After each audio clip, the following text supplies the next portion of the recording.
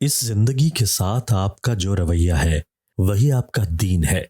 اگر آپ نے اس کو اللہ کی رحمت سمجھا تو یہ آپ کے لیے دین ہے، اور اگر اس میں الجھنیں تلاش کی تو دین نہیں ملے گا۔ اگر آپ سے نیک عمل نہیں ہو رہا تو اس کا مطلب یہ ہے کہ غلط عمل نے اس کا راستہ روکا ہوا ہے، اس لیے آپ غلط عمل کو نکال دو۔ جو باقی رہنے والے اسما ہیں ان کے ساتھ اگر آپ وابستہ ہو جائیں گے تو عقیدہ باقی رہے گا، اور فانی چیزوں سے تعلق ہوا تو عقیدہ فنا ہو جائے گا۔ جن لوگوں نے مشکلات کا بیان لوگوں کے سامنے کیا، دراصل انہوں نے اپنی مشکلات میں اضافہ کیا۔ اپنے غم کو غصہ نہ بناؤ، کیونکہ غم کو غصہ وہ بناتا ہے جو کسی تقدیر کو نہیں مانتا اور جو کسی خدا کو نہیں مانتا۔ یہ زندگی جس میں لوگ کسی کو نہیں مانتے اور اس میں آپ ماننے والے پیدا ہو گئے ہیں، تو یہ بھی فیض کی دلیل ہے۔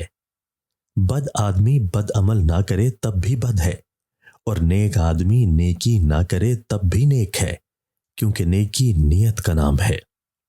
ایسے بندے کے ساتھ رابطہ رکھو جو آپ کو عمل کی فقیری بتائے۔ کچھ لوگ پیسے کے لیے شہرت قربان کر دیتے ہیں، اور کچھ لوگ شہرت کے لیے پیسہ قربان کر دیتے ہیں۔ جہاں خاموشی واجب ہو وہاں بولنا گستاخی ہے، جہاں چلنے کا حکم ہو وہاں ٹھہرنا منع ہے، اور جہاں ٹھہرنے کا حکم آ جائے وہاں چلنا منع ہے۔ اللہ کے راستے پر چلنے والوں کا تقرب انسان کو راستے کی بہت ساری پیچیدگیوں سے بچا دیتا ہے۔ اپنی مصروفیت کا جائزہ لو، کیونکہ آپ کی مصروفیت گمراہی بھی ہو سکتی ہے، اور آپ کی مصروفیت عبادت بھی ہو سکتی ہے۔ نہار منہ ماتھے پر بادام کا تیل لگا لیا کرو، 90 سال تک سر میں درد نہیں ہوگا۔ تکلیف میں سجدہ کرنا اور پھر تکلیف کو دنیا کی نگاہ سے چھپانا اللہ والا مقام ہے۔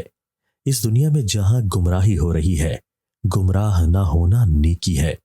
ان لوگوں کی پیروی کرو جن کی زندگی اور جن کی عاقبت آپ کو صحیح لگے۔ ان کی پیروی کرو جو آپ کی زندگی میں اصلاح پیدا کر سکے۔ اگر آپ نے کسی مرنے والے سے ملنا ہے تو مر کے ملو گے۔